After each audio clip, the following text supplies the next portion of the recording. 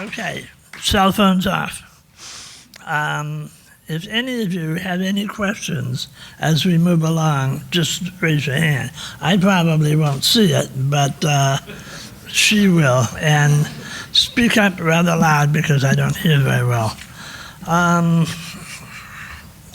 We picked the years 1964 to 74 because although he lived until 1988, that he had about a 10-year career. By the late part of 1974, he was getting forgetful on stage. He would do a song and then sit there in an awkward silence and then strum the strings to tell him what tuning he was in to see if he could remember. So by this time, we had toured about as much as he wanted to, so I went to Mrs. House and I said, this is pretty much it, because it's sort of embarrassing when he doesn't know where he is or just repeats a song that he just finished. So Mrs. House really, for the most part, didn't care one way or the other, if he toured or didn't tour or whatever. So when I said, I think this is about it, little did I know that people with a couple of bottles of wine would come to his house and you'd get a record called Sun House in Rochester or Sun House The Final Days. And in trying to stop bootlegs, I accidentally ran into lots of them. I created them. So anyway, the first slide, is it up? There it is. A handsome group. This photo was taken by Mrs. House, that I stood back about 10 feet and focused in and gave her the camera. Then I sat there. On the left is Nick Pearls, who is the son of the Pearls Gallery, which is in Manhattan, Madison, and 60th something, right in the heart of the art district. That it was a ground floor gallery and 3 or 4 stories of residence space above it, in which I slept there one night and I had an original Picasso, which sold in the Boston University bookstore for $1. And I slept under it. Nick Pearls was in a Russian room with Klee and Kandinsky and whatever, just like the real stuff. You slept in a room full of Gauguins and Pissarro and Picasso. Anyway, that's Nick on the left. That's me, hard to believe it.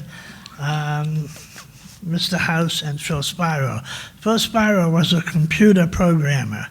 And in 1964, computers were like armoires. They were those giant things against the wall, and you put in an IBM card and it spit out more cards. And the idea of a computer being able to go smaller and more efficient just was not in our way of thinking.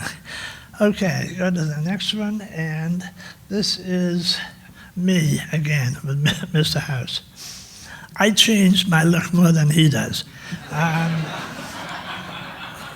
We were standing by the Liberty Bell, and I gave this camera to a stranger, and I said, would you take our picture, which he did. And that's us right next to the Liberty Bell. Next slide is the Liberty Bell. My darkroom woman said for years, this was the best negative she had ever worked for. It has the texture of the coat he's wearing, the skin tones, and the metallic tones of the Liberty Bell. She said it was the best negative she ever worked with. We did Americans with Art in Havana, Cuba a couple of years ago, and this was at the entrance of all the photographs, that as they came in to the exhibit, they saw this African-American man buy an iconic symbol of American freedom, and this was used in it as a symbol of it. I'll talk about my cameras briefly. I had, at the beginning, a Leica M2, and Leicas sort of are the standard. They're incredibly expensive. I have a friend just paid $7,000 for a Leica body, no lens, just a body, $7,000. And So I had my Leica bag stolen in New York. I got out of my car, got to the front desk and said, "Where's the bag? I thought you had it." She said, "No, I thought you had it." Ran right out and it was gone. Just a minute, and of course, just gone. So I couldn't afford to come back to Leicas, so I got a Nikon. And then a couple of years ago, I went to a Fuji, which is a really nice, not much money camera, but it takes Nikon lenses. So I have a Fuji S2, which is really inexpensive, and my Nikon lenses. I just got a wide open lens, which I don't use very much, a 21, 50 millimeters sort of standard.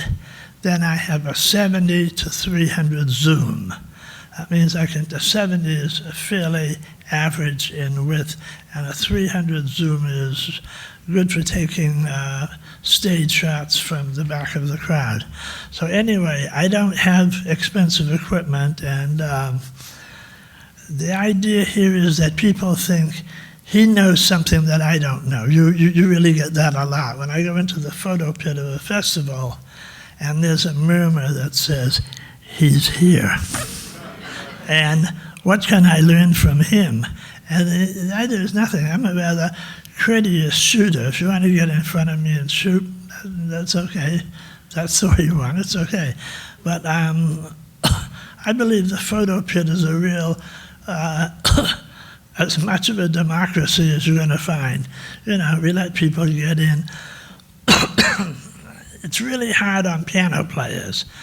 Dr. John, Ray Charles, it's really hard to get a good shot of them. If you're too much to the right, you're going to get piano. If you're too much to the left, you're going to get his shoulder and the back of his neck. So the shooting area on pianists is rather narrow. Anyway, this is Mr. House in early '65. This next one is one of the unpublished ones that I found to bring here. So this is like a first showing. This is Sun House in Los Angeles in '65 when we went out there for the UCLA Folk Festival. And Sun was wandering under a tree, and I said, "Son, let me get a picture of that."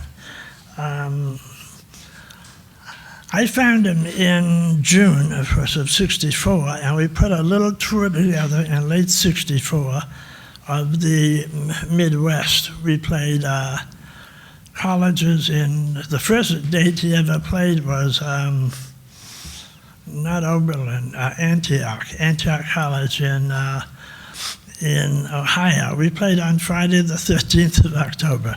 So I don't know if that was a forbearing of good or bad, but that officially was his first date. And we played Antioch and Oberlin and Ball State and things like that. We weren't playing big schools because the smaller schools had a small budget, but were able to fit us in. The next one is the only picture ever taken of no, that's the wrong side. Okay, I'll talk about that slide, but that's not the one that I have here. This is John Hurt, Mississippi John Hurt on the left.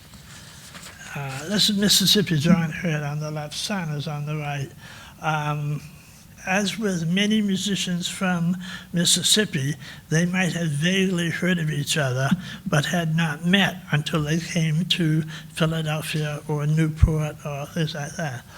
John Hurt was from Avalon, Mississippi, which is a small town pretty much not there, about an hour from Memphis.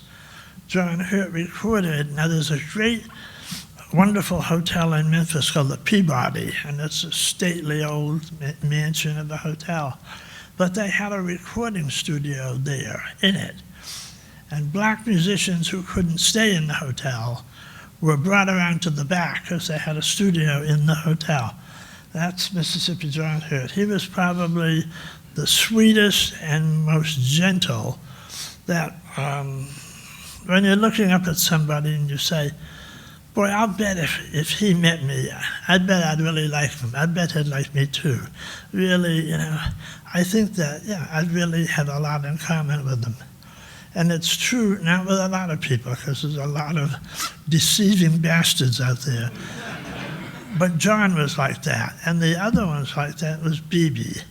That you could be back in the crowd and BB would be talking and you'd say, I bet if I met him, I bet he's a really nice guy. And he was. BB, John Hurt, they were really nice people. Okay, this is the photo I was looking for. There's a lot of history there. These are the three big rediscoveries of the 60s. The only photo of the three of them ever taken. Son on the left, Skip James on the middle, and John Hurt on the right. John was found in '63. Son and Skip were found on the same day in June of '64. That they had three different personalities, but they basically made up the folk music trio of the '60s. Next. John, where were Skip and John found? Where was John? Yeah, where were they when they were found? We know the son was here. Right. John was in a town called Avalon, and he had recorded a song called Avalon's My Hometown, Always on My Mind. So the guy who was looking for him was going to New Orleans anyway, from Virginia to New Orleans. And he came through Avalon on his way back. And he asked the guy at the general store, he had a little portable tape recorder, and he played him some John Hurt. He said, you know anybody like that? He said, oh yeah, just go down this road and up there. And so the guy came along and said, are you John Hurt? John thought, because he had a little still out back, that this was somebody from Washington who came to collect revenue money. So John was very shy and said yes to whatever the guy wanted. And the guy said, I'm going to take you in my car and take you up to Virginia. Well, that was close to Washington. So he says, okay, whatever you say, whatever you want. Skip James, and this Son House, Skip James gets wound around. For example, in 1930, Son recorded an odd number of tracks. The next year, 1931, Skip recorded an odd number of tracks. Their odd number are pressed together into the same 78, which has never been found. Go forward later about 3 decades, and they were found on the same day by 3 men coming from the Northeast, 3 men coming from California, and we were around Tunica looking for Son, and they found Skip in the Tunica Hospital. I mean, the coincidences between their fate just wind through the two of them. So they stayed in Mississippi, those two guys. What? Those two guys stayed in Mississippi, right? They stayed in Mississippi, right? Staying where? Mississippi? Yes. No, this photo is taken at the '65 Newport Folk Festival. See, John's wearing, they're all wearing a badge, a performer's badge. Skip was found in the cancer ward of a Tunica hospital. So we knew that Skip's time was limited. And this was taken in July of '65, and John died in the fall of '66, and Skip had cancer surgery and passed away in '68. Now, Son dropped off performing in the mid-'70s, but actually lived until 1988. So this says Son House 64 to 74, but he actually lived another 14 years after that. Okay, the next one is, this is Skip getting ready to go on stage, and Son with a nice smile next to him. You hate to see someone who died of cancer enjoying a cigarette in their lifetime. Neither one of these guys was really extroverted and funny. Skip had an idea of his own prominence, of his own luster, his own self-fulfilled iconic presence. He would sometimes refer to himself in the third person, as if he wasn't there. one incident I remember that I was in, Skip had finished a set and we went into the dressing room of the Club 47, which is rather small. So the two of us were sitting there, and this young guy came in and did the unpardonable sin. He walked in, nodded, and took Skip's guitar out of the case and started to play it. Well, that's about as big a no-no as you get in the music business. So he started to play, and he looked at Skip and he said, "How am I doing, Skip? Do I have you down?" And Skip took a drag on a cigarette, and his high voice, he said, "Now, Skippy, he has come and gone from places that you will never get to."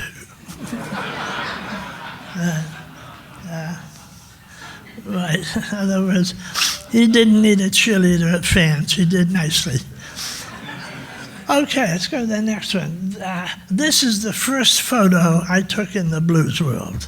It was with a Leica, a 50mm lens, and we had just come to the Philadelphia Folk Festival. Son was at the '64 festival, but took sick there with stomach complications. So he stayed in a Newport hospital and then went home. So although he was rediscovered for Newport and brought to Newport, his first appearance was in Philadelphia. So we get into the Philadelphia backstage area, and I had my camera with me, and I said, "Son, let me take a quick picture." And I took this. So this is the first photo of Son House that I ever took, and it has had great longevity. This photo is used as an introductory image of Son House. He's playing a steel body National, which we borrowed from Stefan Grossman, who is a recording artist. What happens is that Mr. House, of course, had a major drinking problem. Now, hiding his drinking problem from the world for 10 years was, I think, my entrance into the Hall of Accomplishments. Because he drank from little airport bottles that you give you on the plane.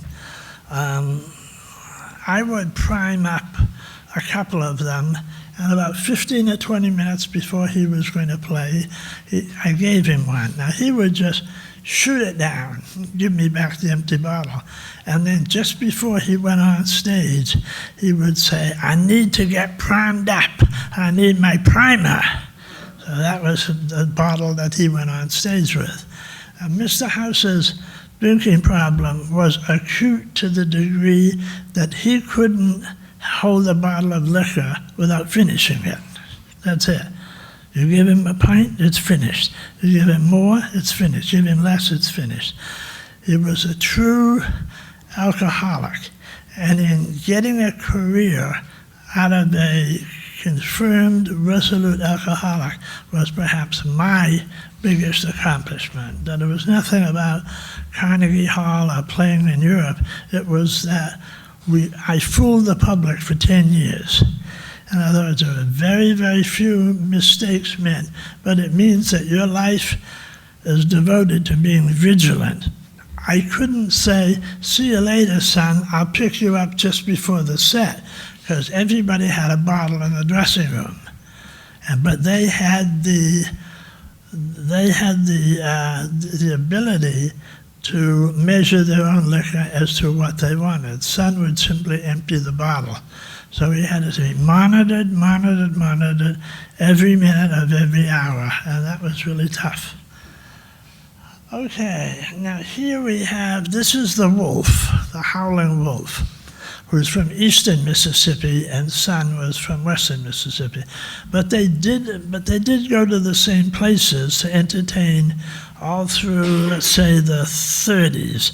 Son moved up to Rochester about 42, 43, but Wolf stayed there. Wolf, surprisingly, recorded for Son, which is Elvis Presley and Jerry Lee Lewis and Carl Perkins and Johnny Cash, they all recorded for Sun.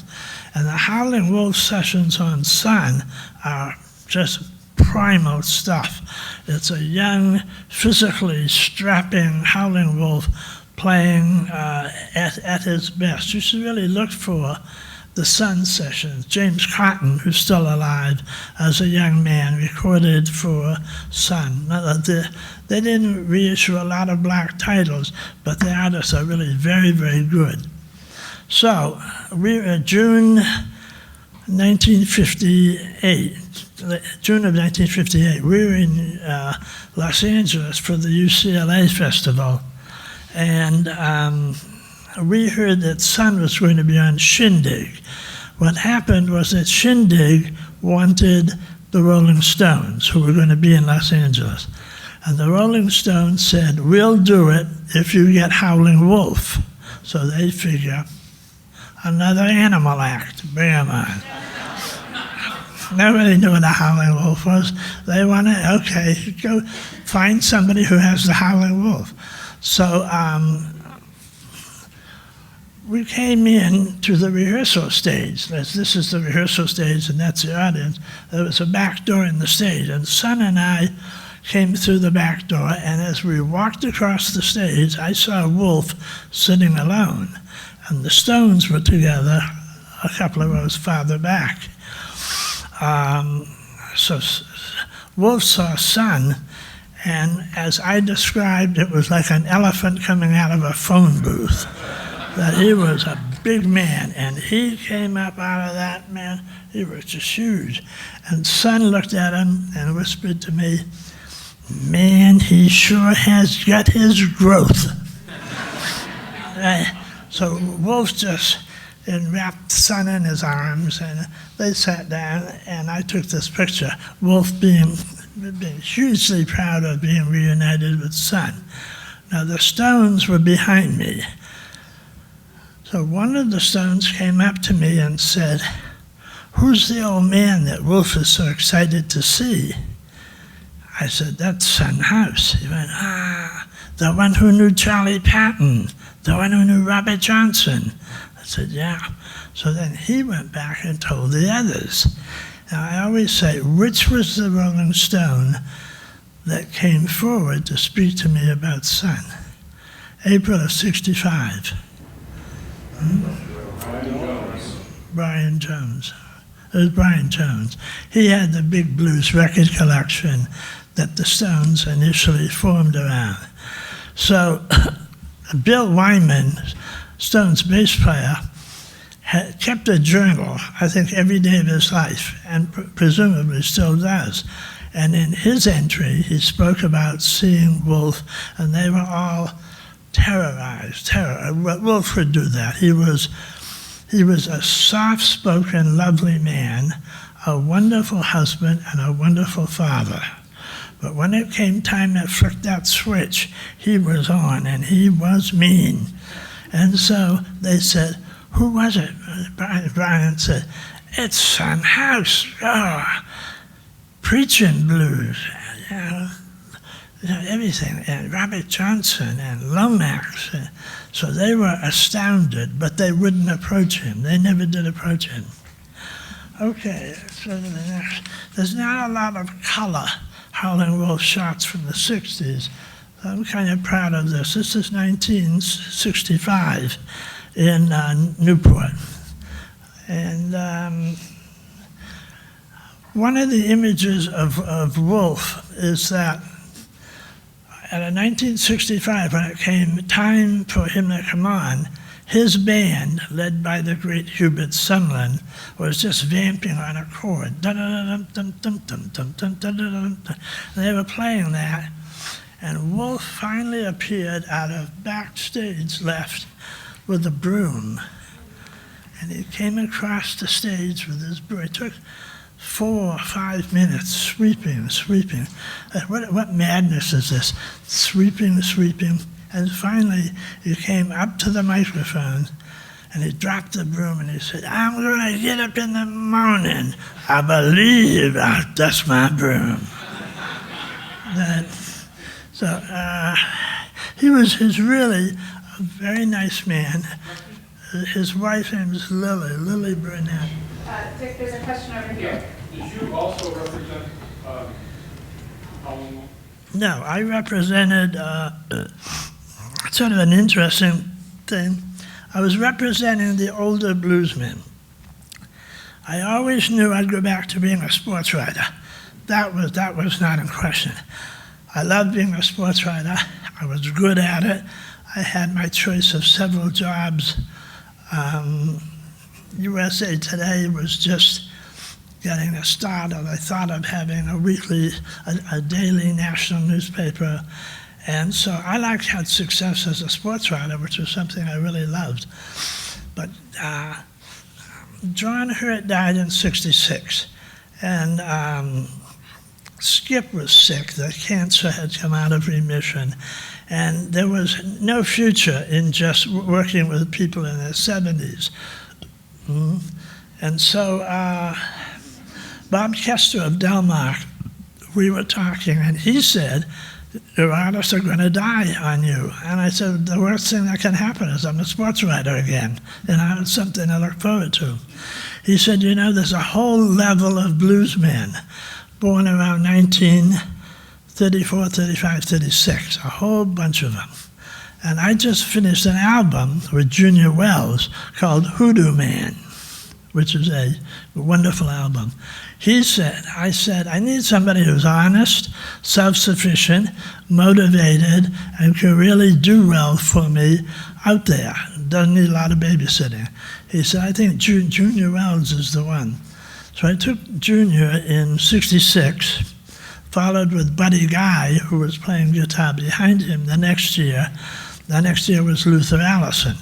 So that kind of got me out of the sports writing business and into blues management.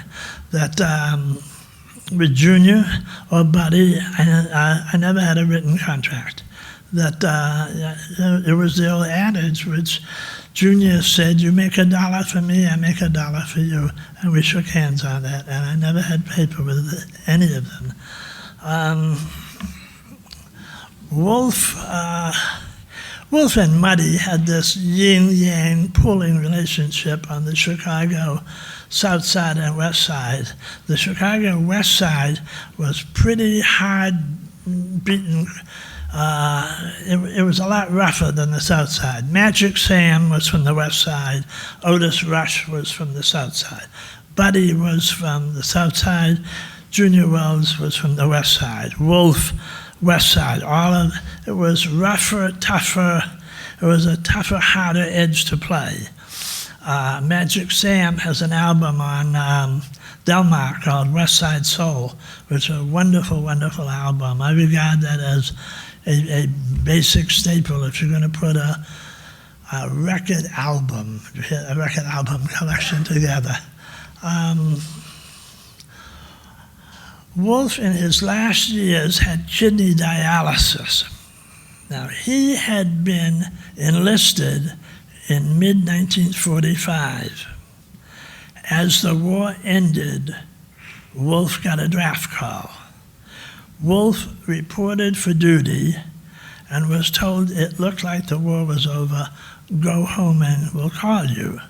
To which he went home and is still waiting for the call. They never called him. However, he reported that made him a veteran. Just like someone who had done everything from Pearl Harbor, Wolf was a veteran. So that meant that he qualified for dialysis under the military hospital.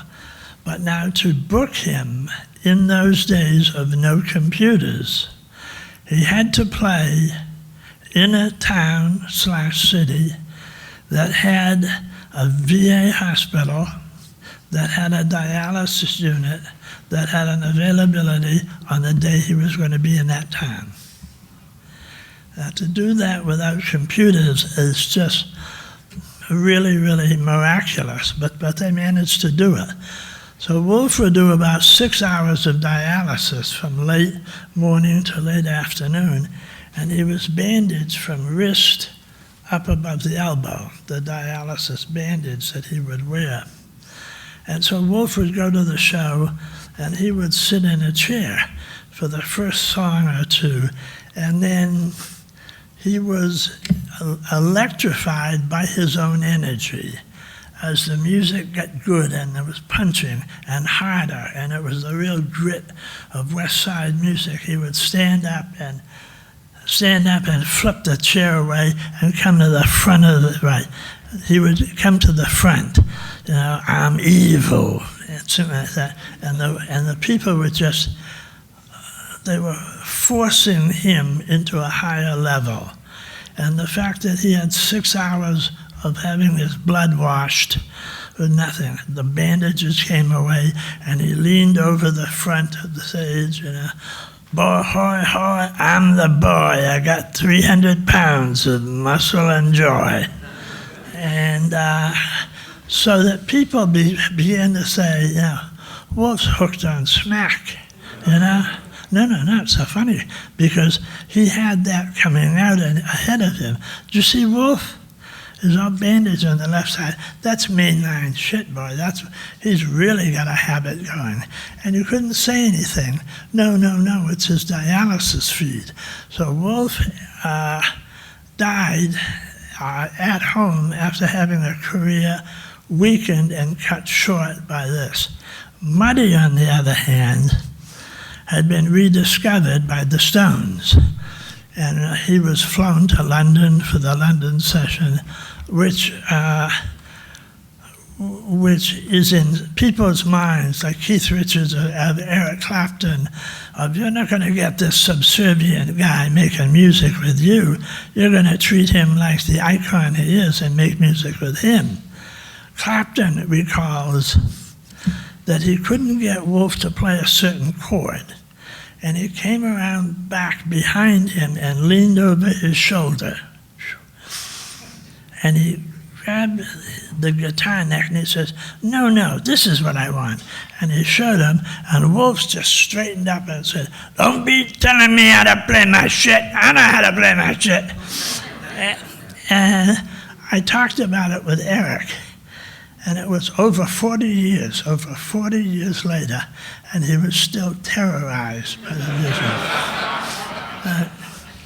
There's an interesting story. In October of '67, I was taking Son and Skip James on a tour of England and Europe, and it happened in one night, a caravan, a blues caravan with Wilson Pickett, Cream, I forget what it was, Jerry and the Pacemakers, a whole bunch of acts, were playing for Alan Freed at the RKO Paramount. So Clapton said, I'd really like to meet Son and Skip. So I called them. I said, okay, we got I've got a window of about an hour. Meet me at Vanguard Records on 14th Street. So it was only a really small reception area, very small. 2 chairs, Son and Skip, and I was standing there. And the receptionist said, Vanguard Records, how do I direct your call? Boom, Vanguard Records, how do I direct your call? Boom. Anyway, so we're sitting there, and the door opens, and Eric, thinking he was walking into a large room, took a big step off the elevator.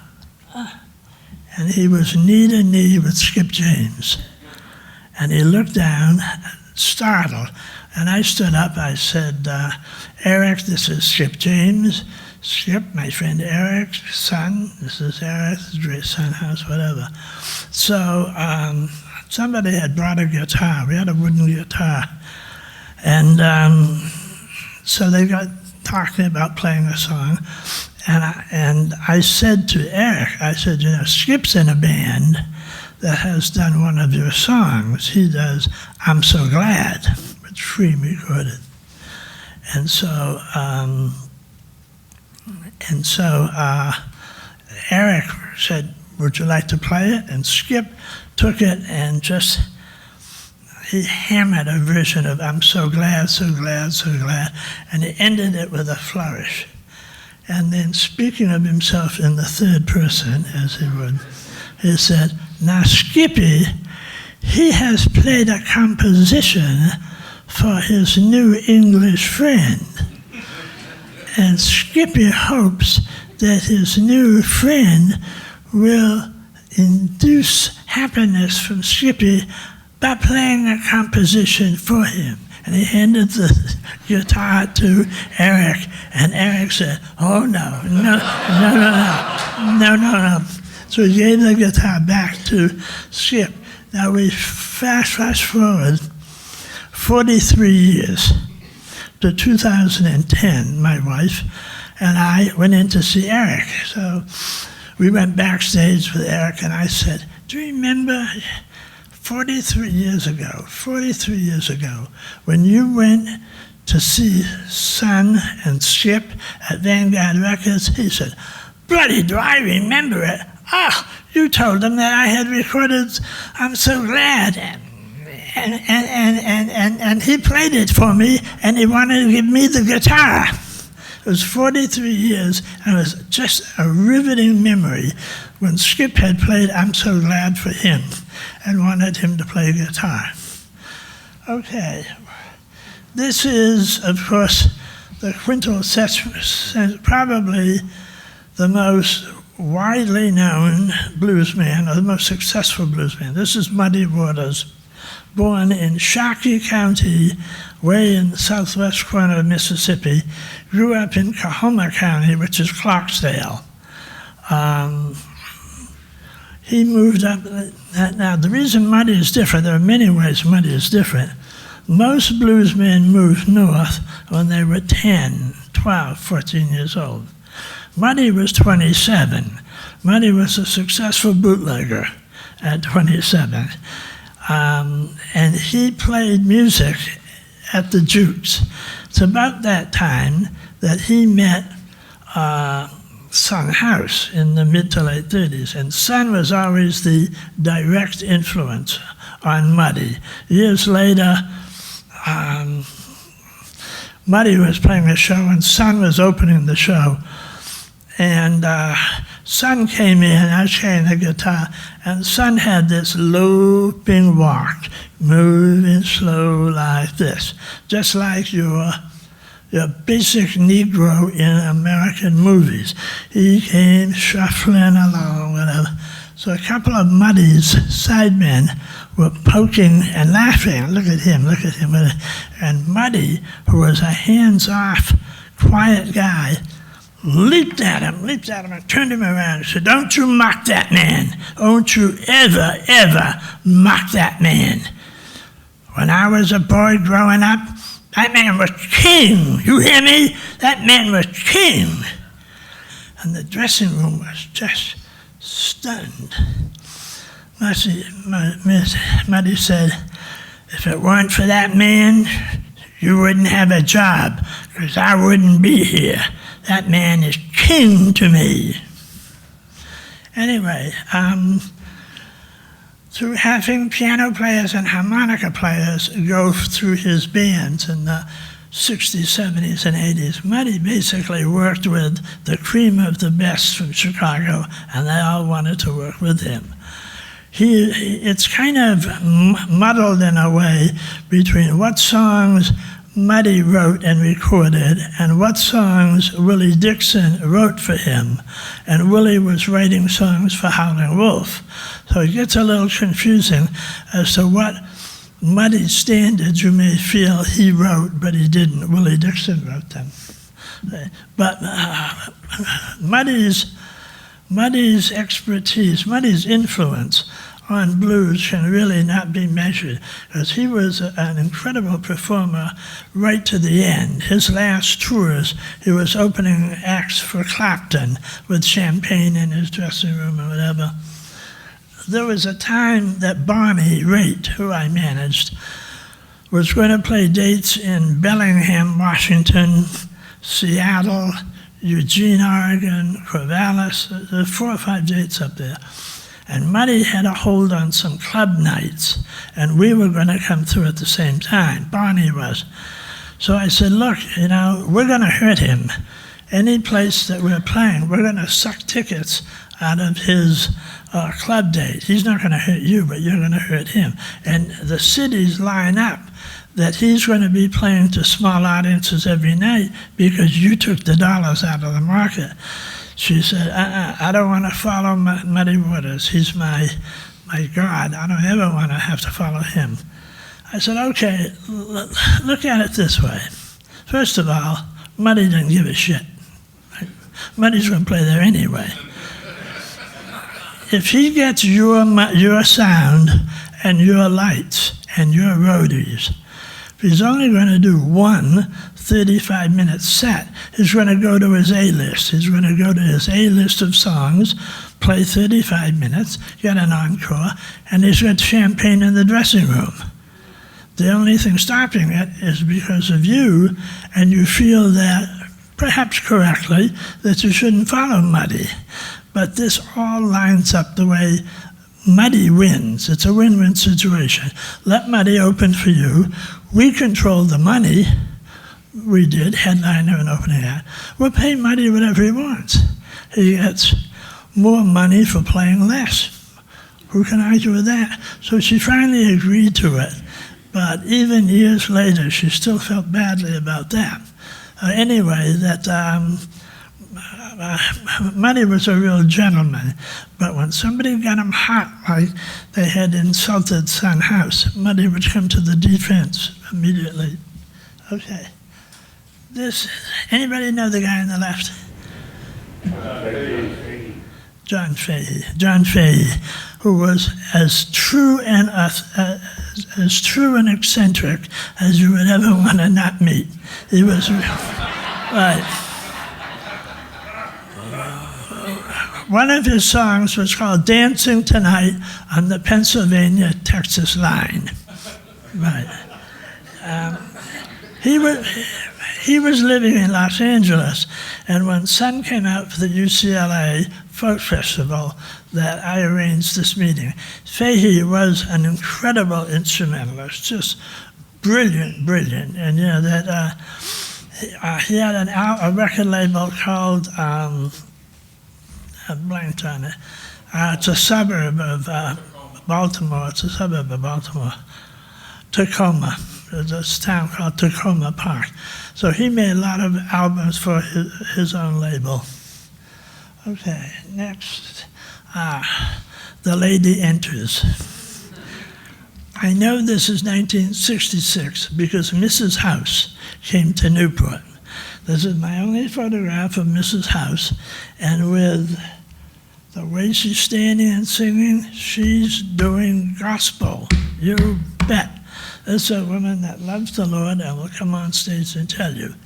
She only came out of Rochester one or two times, but this is the 1966 Newport Folk Festival, and she wanted to see what this touring was all about. He had been out already in 64, 65, so she had a little curiosity. So she came out. Now, getting him his little whiskey bottles in front of her took a little bit of, we had to deflect her attention somewhere else. And then Son would look at me, because I know you got the bottle, where is it? I know you got it. So she would be diverted someplace else, and Son would,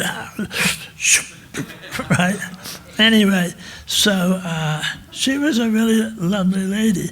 Some of her motivations and directions didn't coincide with his. She loved the fact that he was out of town making music because it gave her more nights to go to church. And she wanted to see, because she knew him playing. They moved from the Delta up to Rochester in about 42, 43. So she knew him about 6 or 8 years of playing guitar. But of course it was going to be nothing like the white folk audience. So she came out and went on several tours. Okay, what do we have next?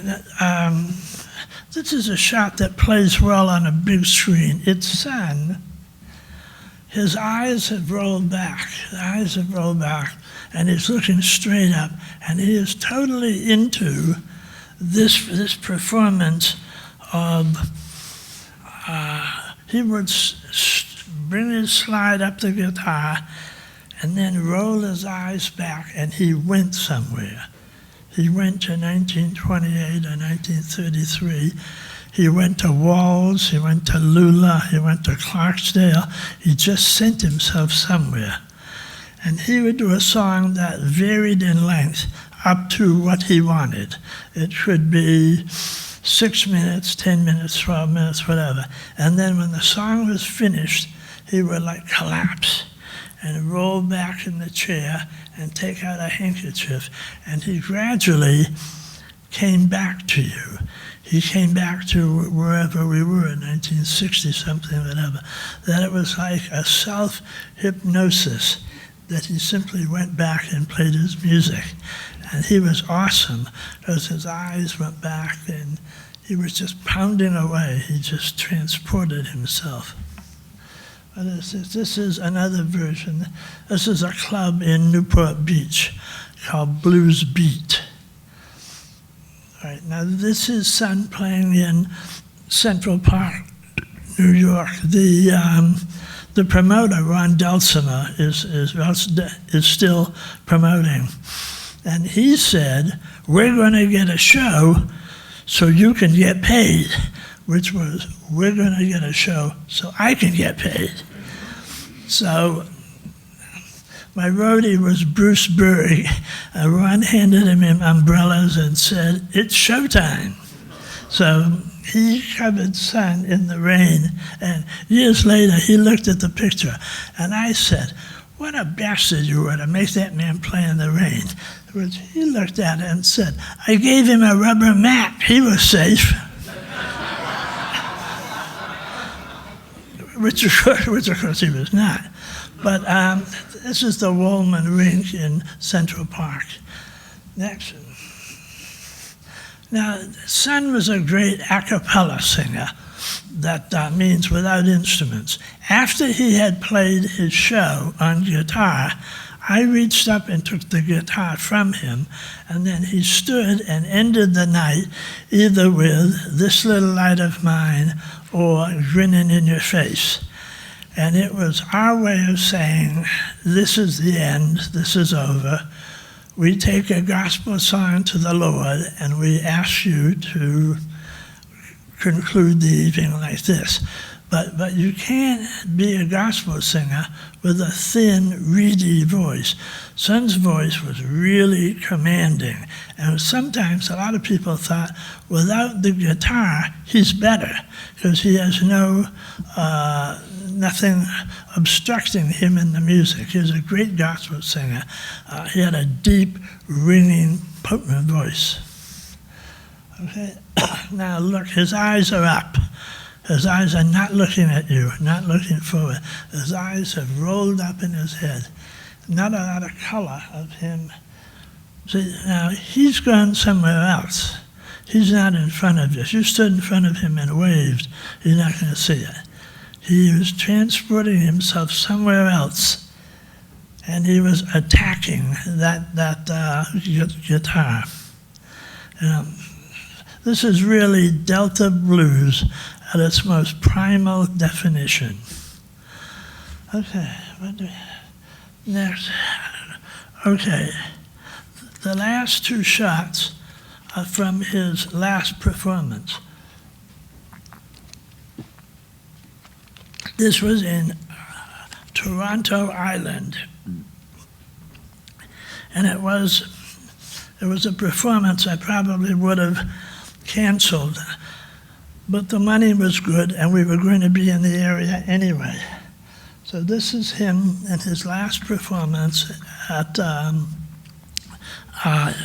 Toronto, Ireland, and you'll see here, and the next one is he has lost some teeth and he's not bothering to color his hair anymore. So this is 1974 as he was.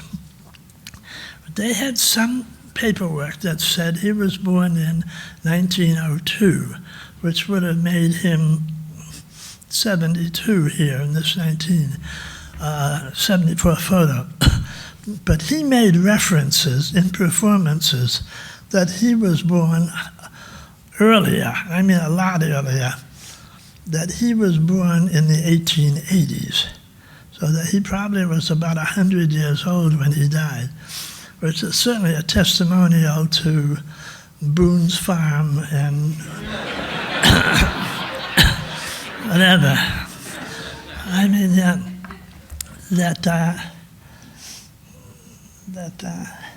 we had that steel body for him.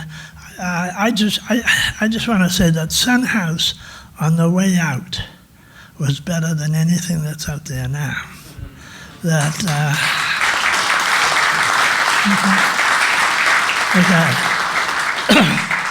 I made a lot of mistakes in my management, but never with Sun. I always knew. I called him Mr. House. Skip James, John Hurt, Booker Wright, Sleeper John Estes, and this is Mr. House. I made people respect him because I respected him. There's an old Latin expression that says, he who is first among equals. They say all these bluesmen are equals, but for this guy here. And that was Sun. He was soft-spoken, and you couldn't really capture that quiet, meek man because he didn't give you anything to grab a hold of. But when the lights went out and they called his name, he put his hand down on the neck of the guitar and ripped it up, and then the song began. And he would sing and his eyes would close and he just went somewhere. On the last song of the last show, the last concert, the last one, I took the guitar and he stood up and he was off balance and I stood up and he wrapped me up in his hands, his arms. And that's the way that I remember Sun House, wrapped up in my arms to close his career. Thank you.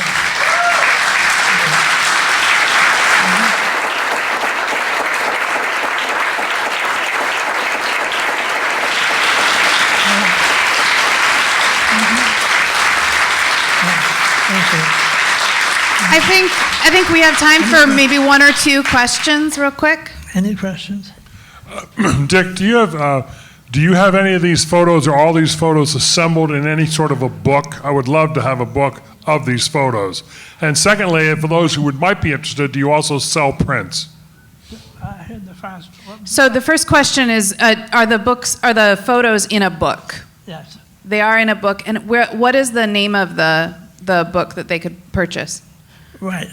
Okay. After many years of nagging, I came out with a book called Between Midnight and Day. It's a Sun House line. I woke up this morning between midnight and day. I was hugging the pillow where my baby used to lay. So that's the back of. I have a T-shirt, a Sun House T-shirt, and that's what it says. What was the question on that? So can people purchase that book? Can purchase the book? I have no idea. Okay. You can try eBay or Amazon. I'm totally out. My wife went on old books out of print, whatever. I think we've squeezed that dry. If you go onto eBay or Amazon, you can buy a used one. It's sold for like $40, and new hardback on eBay and Amazon are like $300, $350. So I might get another one because a lot of bluesmen that I really liked a lot, like Junior Kimbrough or Little Milton or Solomon Burke. Everybody hear of Solomon Burke? Yeah. And the other question, Dick, was can people buy prints? Yes. You can contact me directly or at dickwaterman.com. I was very fortunate that no one was using my name, so that it's dickwaterman.com. I think on my homepage, I still have a B.B. King photo. He had finished his set. He was doing a benefit for his own museum in somebody's luxurious estate in Beverly Hills. And when B.B. finished, he stood up And they had created a stage with lighting in this millionaire's backyard. As Beebe stepped up, he raised his hand and he stepped forward, and he came into the light. And the light shines on him from the front, but behind him it's total darkness. He has his hand up, and it says, "Yea, he who steps from darkness into the light." So I think that's on my homepage. I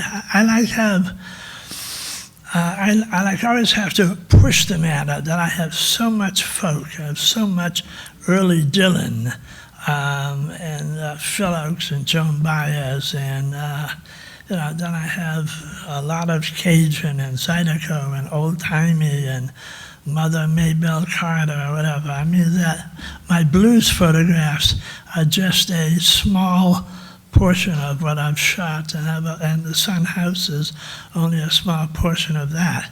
Now, if you go and look, there's a link where you can send me, do you have any Albert King, or do you have any, Wright Cooder or things like that? You can just go on and see what's there.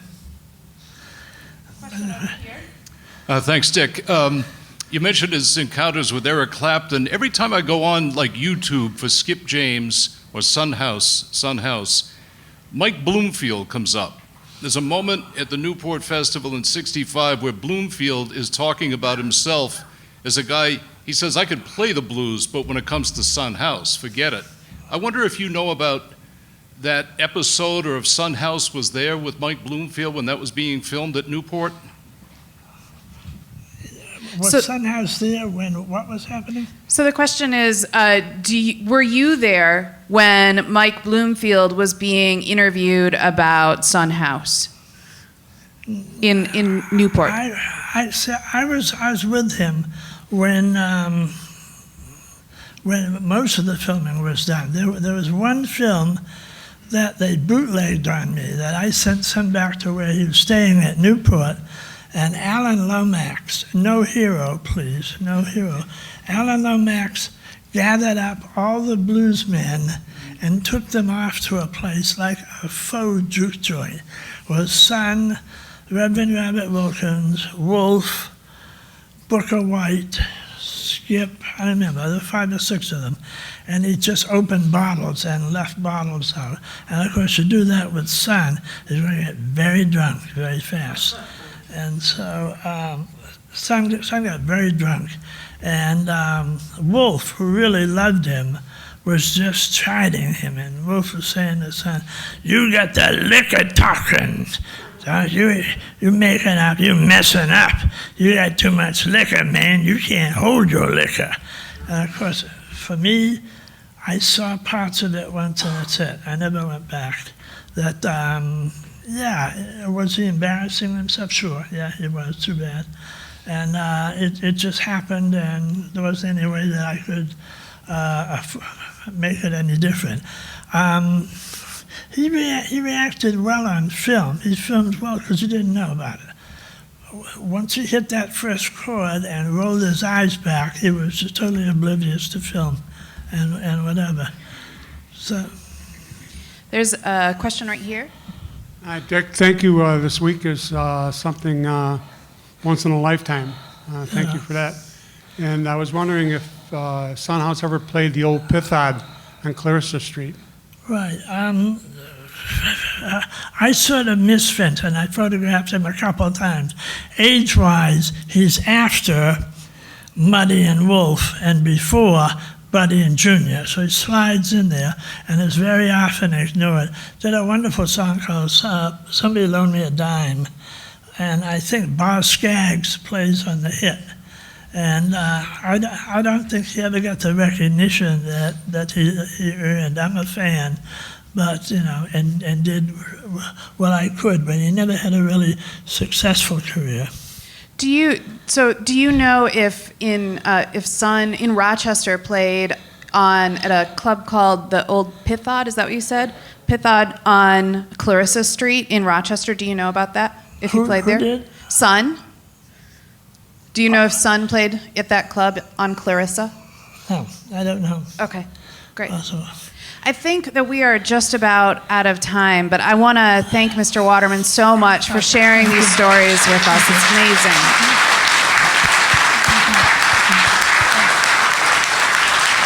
Thank you.